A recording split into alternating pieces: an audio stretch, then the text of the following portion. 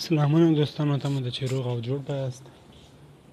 مو تاسو راځو هغه کوم اپلیکیشن چې موږ تاسو ته د لوړو زده کړو وزارت له لوري د انلاین زده کړو لپاره جوړ شوی و، په هغه کې یو څه ستونزې ولې د هغو ستونزو د حل په موخه باندې و تاسو ته یو داسې نوی اپلیکیشن درښیم تر څو تاسو وکولی شئ هغه ملګري چې د موبایل ورژن کوچنی وي او یا هم هغه ملګري چې نشي کولی یا انټرنیټي ستونزې لري او انټرنیټ یې ضعیف وي، نو اوس راځئ دې لپاره نوی اپلیکیشن د دې براو په نوم باندې موږ ورځو هغه پلی سټور نه راخلو.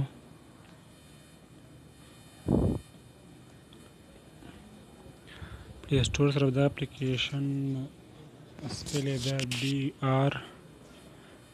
BRAVE براو په نوم ده، یعنې براو پرایویسي براوزر. دا ما چې انسټال کړی دی دا به تاسو په خپل موبایل کې سره ډاونلوډ کړئ.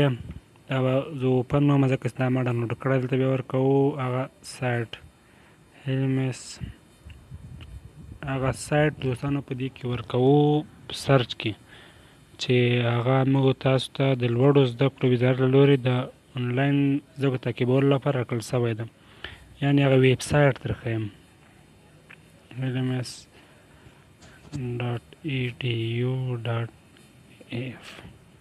دا چې موږ تاسو کله ورکړ نو دلته موږ ته دغه صفحه راخلاصوي.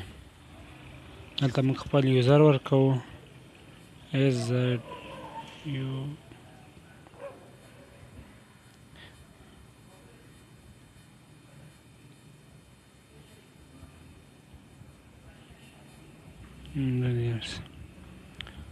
پاسورډ هم ورکوو.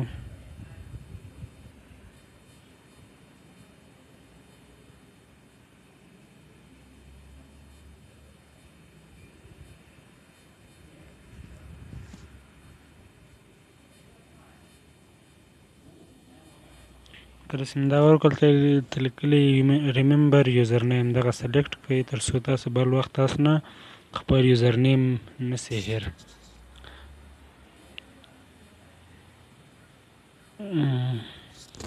یې قبول نه کړلو، وخت یو څه موږ زیات ورکړو.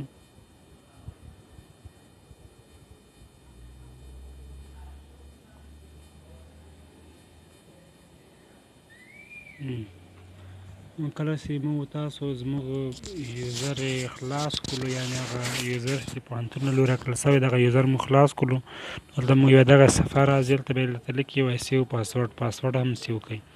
دا زه سیو وهم تر څو مو پاسورډ بل وخت له یاده نه ونوځي. دغه کسان دي چې پیرن په دغه حاضر محصلین په دغه سایټ کې 160 کسه دي په دې سایټ کې. دغه د کور صفحه وګو، دلته اوس موږ تاسو دغه زما کورسونه یې ترې اړولي دي، هغه موضوعات چې دي چې پوهنتون له لوري هغه چپټر او مضامین تاسو تدریسیږي هغه یې دلته راخیستي دي. نو دلته موږ تاسو خپل